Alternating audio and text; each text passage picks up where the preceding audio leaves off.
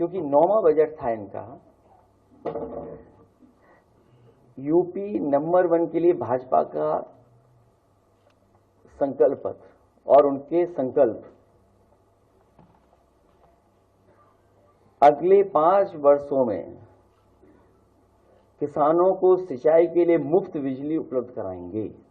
ये पहला उनका संकल्प था। कितने बजट पेश हो चुके हैं? 9। पहला घोषणा पत्र का पहला है उनका शब्द ये। दूसरा वो कहते हैं कि हम 25,000 करोड़ की लागत के साथ सरदार वल्लभ भाई पटेल एग्रो इंफ्रास्ट्रक्चर मिशन बनाकर के प्रदेश भर के किसानों की मदद करने का काम करेंगे। कितने पैसे इकट्ठे करना चाहते हैं लोग इंफ्रास्ट्रक्चर फंड में, एग्रीकल्चर इंफ्रास्ट्रक्चर फंड में? 25,000 करोड़ रुपया।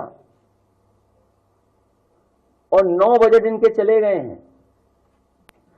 1,000 करोड़ कह रहे हैं भामाशाह भाव स्थिरता कोष को बनाएंगे, जिसमें आलू, टमाटर, प्याज जैसे सभी फसलों का न्यूनतम मूल्य सुनिश्चित करेंगे। 1,000 करोड़ किसके लिए?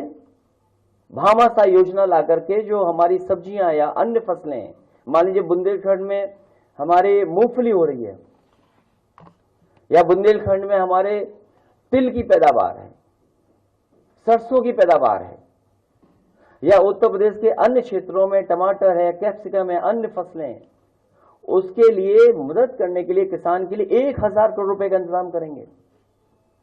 हमारा बुंदेलखंड का किसान बर्बाद हो गया, मूंगफली उसकी खरीदी नहीं गई।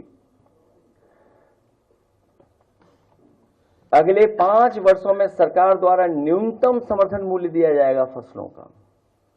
आप में से जानते होंगे कहां फसलों का न्यूनतम दाम मिलेगा? जो हमारे सरकार, जो समाजवादी सरकार में मंडियां बनी थी, उन मंडियों को अगर चौपट किसी ने किया तो इस सरकार ने चौपट कर दिया। कोई भी नई मंडी नहीं बनी है एक भी, जहां किसान जाकर के अपनी एमएसपी ले सके। ऐसे तमाम उनके वो बिंदु हैं जो घोषणा पत्र में शामिल थे और 9 बजट के बाद भी हम देख रहे हैं। वहीं इन्होंने कहा कि हम गन्ना किसानों का अगर 14 दिन में भुगतान नहीं होगा तो हम उसमें इंटरेस्ट देकर के उनका भुगतान कराने का काम करेंगे।